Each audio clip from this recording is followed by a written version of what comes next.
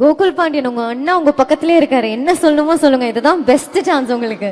தம்பி இவ்வளவு நேரம் கான்பிடண்டா இருந்தேன், பக்கத்துல அண்ணன் வந்த உடனே அவனுக்கு கை காலலாம். அனைவருக்கும் வணக்கம். என் பேர் கோகுல் பாண்டியன். சொந்த ஊர் மதுரை மாவட்டம் மேலூர் ஊர்லேருந்து வரேன். நான் இங்கே சென்னை எஸ்டேட்டில் தான் 7th இப்போ வரைக்கும் சென்னை எஸ்டேட்டில் தான் பண்ணிக்கிட்டு இருக்கேன். நான் ஒரு 8 இயர்ஸாக இங்கே சென்னை எஸ்டேட்டில் பண்ணிக்கிட்டு இருக்கேன். என்னோடய கேம் வந்து அத்லெட்டிக்ஸ். நான் 200 மீட்டர் ஓடுறேன். நான் நிறையா எஸ்டேட்லேருந்து நிறையா நேஷ்னல் மெடல் அடிச்சிருக்கேன். நேஷ்னல் கேம்ஸ் கோல்டு அடிச்சிருக்கேன், ஜூனியர் நேஷ்னல்ஸ் மெடல் அடிச்சிருக்கேன், all India university gold medal அடிச்சிருக்கேன், எல்லாமே கோல்டு மெடல் அடிச்சிருக்கேன். இதுக்கெல்லாம் ஃபுல் சப்போர்ட் எல்லாமே எனக்கு எஸ்டேட்லேருந்து பண்ணுறாங்க. நான் எந்த காம்படிஷன் போனாலும் எஸ்டேட்லேருந்து ஸ்பான்சர்ஸ் பண்ணுறாங்க, சப்போர்ட் பண்ணுறாங்க. மெடல் அடித்த உடனே ஃபஸ்ட்டு வருது உதயநிதி அண்ணான்ட்ட தான். வந்த உடனே மெடலை காமிச்சு கேஷ் அவார்டு கொடுத்துருவார் உதயநிதி அண்ணா. ரொம்ப நன்றி அண்ணா. இப்போது எஸ்டேட்டில் உதயநிதி அண்ணா வந்ததுலேருந்து நிறைய சேஞ்சஸ் பண்ணியிருக்காங்கண்ணா. ஃபுட்டோட குவாலிட்டி அண்ட் குவான்டிட்டி எல்லாமே இப்போ சூப்பராக இருக்குண்ணா. அதனால் எங்களால் நல்லா சாப்பிட்டு நல்லா ஒர்க் அவுட் பண்ண முடியுது. நல்லா ஒர்க் அவுட் பண்ணுறதுனால எங்களால் நிறைய நேஷ்னல்ஸ் கோல்டு மெடல் எடுக்க முடியுதுண்ணா. ரொம்ப நன்றி. அதுவும் இல்லாமல் இப்போது கோச்சஸ், கிரவுண்ட், ஜிம் எக்யூப்மெண்ட்ஸ் எல்லாமே பெஸ்ட் குவாலிட்டியில் நீங்கள் பண்ணி கொடுத்துருக்கீங்கண்ணா. அது வந்து எங்களுக்கு அடுத்தடுத்த காம்படிஷன் பண்ணுறதுக்கு இன்னும் நல்லா யூஸ்ஃபுல்லாக இருக்குது.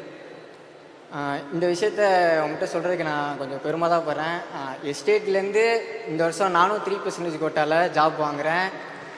இதுக்கு ஃபுல் சப்போர்ட் பண்ணது எஸ்டேடி கோச்சஸ், எஸ்டேடி டீம் மேனேஜர்ஸ், உதயநிதி அண்ணா எல்லாரோட சப்போர்ட்னாலையும் நான் நேஷ்னல்ஸ் மெடல் அடித்தனால எனக்கு 3% கோட்டாவில் மெடல் இது வேலை கொடுத்துருக்காங்க. இவ்வளோ பண்ணியிருக்கீங்கன்னா உங்கள்கிட்ட ஒரு ஸ்மால் ரெக்வஸ்ட் ஒன்று இருக்குண்ணா எங்களுக்கு. ஆனால் எங்கள் விளையாட்டு விடுதிகளுக்கு வந்து நீங்கள் எல்லாம் பண்ணி கொடுத்துக்கிட்டு இருக்கீங்க. அதோடு சேர்ந்து எல்லா விடுதிகளுக்கும் ஏசி போட்டு தர முடியுமாண்ணா? ஏசி போட்டு தர முடியுமா? நல்லா அடுத்த லெவல் இம்ப்ரூவ் ஆகிருக்கு.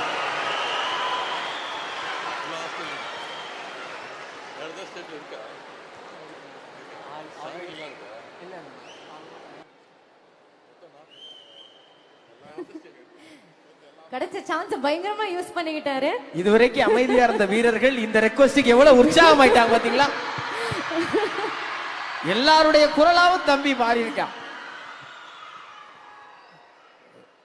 ஹாஸ்டல் பசங்க எப்பவுமே பயங்கர ஷார்ப்பா இருப்பாங்க.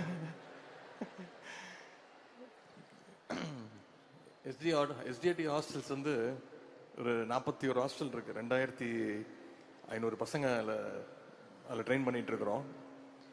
நம்ம கவர்மெண்ட் வந்ததுக்கு அப்புறம் தான், ரொம்ப வருஷத்துக்கு அப்புறம் அவங்களோட தம்பி சொன்ன மாதிரி டயட்ரி சார்ஜஸ்ன்னு ஒன்று அலவன்ஸ் ஒன்று கொடுப்போம். அதை இன்க்ரீஸ் பண்ணி கொடுத்தோம். இப்போ ஒரு நாளைக்கு முன்னாடி 250 rupees இருந்துச்சு. இப்போ அதை இன்க்ரீஸ் பண்ணி சிஎம் வந்து 350 rupees ஆக்கினாங்க. அது பிறகு இப்போ ரீசெண்டாக தான் எல்லா ஹாஸ்டல்ஸுக்கும் ஃப்ரிட்ஜு, வாஷிங் மிஷின், டிவி வசதி, இப்படி எல்லா வசதிகளும் பண்ணி கொடுத்துருக்குறோம். 2500 பசங்களுக்கும் வந்து ஃபர்ஸ்ட் டைம் வந்து ஸ்மார்ட் வாட்ச் ப்ரொவைட் பண்ணோம். ஏன்னா இப்போ இருக்கிற பசங்களுக்கு ஸ்மார்ட் வாட்ச் ரொம்ப ரொம்ப முக்கியமான ஒரு விஷயம். எவ்வளோ ட்ரெயின் பண்ணுறாங்க, எவ்வளோ கேலரிஸ் பர்ன் பண்ணுறாங்க, என்ன சாப்பிட்றாங்க, எல்லாமே எவ்வளோ நேரம் தூங்குறாங்க, அதெல்லாம் பார்க்கறதுக்கு.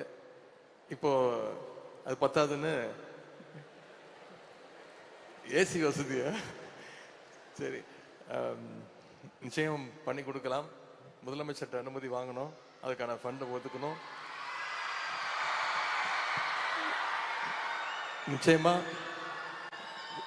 மீண்டும் நம்முடைய அரசு அமைஞ்ச பிறகு நான் திருப்பி எனக்கு இந்த போர்ட்ஃபோலியோ கொடுத்தாங்கன்னா, விளையாட்டுத்துறை அமைச்சராக பொறுப்பு வந்துச்சுன்னா, நான் போடுற முதல் கையெழுத்து எல்லா ஹாஸ்டல்ஸுக்கும் ஏசி வசதி பண்ணி கொடுப்பதற்கான கையெழுத்தாக நிச்சயமாக கொடுக்கும். எனக்கே அந்த ஹாஸ்டல்ல சேரணும் போல ஆசை வந்துருச்சு.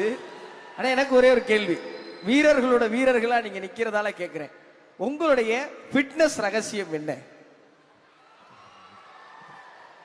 ஒண்ணுமே இல்லை. இப்படிலாம் சொல்லி எங்களை ஏமாத்த முடியாது. என்னோட சாம்பியன்ஸ் தான் என்னோட இன்ஸ்பிரேஷன், அவ்வளவுதான். தம்பி ஏசி மாட்டி கொடுத்துருவேன், அதுக்கப்புறம் நிறைய மெடல் அடிக்கும். கண்டிப்பாக அடிச்சிருவாங்க. எல்லாரும் நேஷனல் மெடல் அடிப்பாங்க. எங்க ஹாஸ்டல் ஸ்டூடெண்ட்ஸ் எங்க உட்கார்ந்திருக்காங்க? எல்லாருமே ஹாஸ்டல் ஸ்டூடெண்ட்ஸ் தானா? எஸ்டிஐடி ஹாஸ்டல்ஸ் அடுத்த வருஷம் 2500 மெடல் வரணுமாப்பா? அதாவது ஸ்போர்ட்ஸ்ல சொல்லுவாங்க கிடைச்ச சான்ஸை கரெக்டா யூஸ் பண்ணிக்கணும்னு, அதை சூப்பரா பண்ணியிருக்காரு இன்னைக்கு கோகுல் பாண்டியன். Well done. ஆனா இப்போ நீங்க உங்க சாம்பியன்ஸோட இருக்கனால எல்லாரோடய ஒரு photo எடுத்துடலாமா?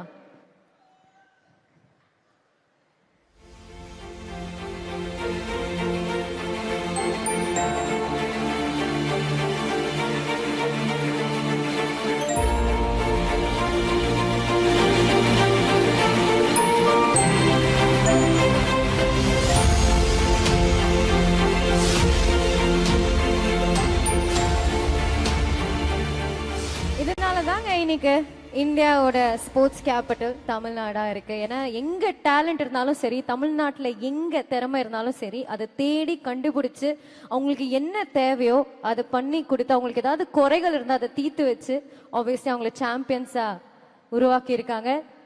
I think this calls for a big round of applause. ஒரு வாட்டி STAT and of course DCM சாருக்கு பலத்த கரகோஷம். and thank you so much champions. ரொம்ப நன்றி. ஒரு அழகான நிகழ்வாக இது அமைஞ்சுது. ரொம்ப நன்றி. துணை முதல்வர் யாருடைய அழைப்பும் இல்லாம அவரே நேரடியா மேடைக்கு வந்து இந்த வீரர்களை உற்சாகப்படுத்தினதுக்கு எங்களுடைய நன்றி. தொடர்ந்து இந்த நல்ல மேடையில் ரொம்ப நன்றி சார்.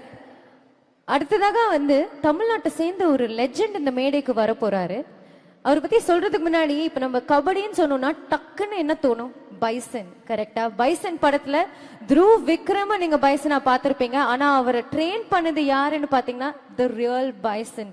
தி ரியல் பைசனோட கதை எடுத்து பாத்தீங்கன்னா ரொம்ப கஷ்டங்கள், நிறைய ஏமாற்றங்கள், நிறைய பிரச்சனைகளை மீண்டு வந்தாரு. அண்ட் ஆஃப்கோர்ஸ் ஒரு வழி அமைச்சு தந்திருக்காருன்னு சொல்லும். அண்ட் நிறைய பேரை thousands and thousands of aspiring athletes வந்து இன்ஸ்பயர் பண்ணியிருக்காரு.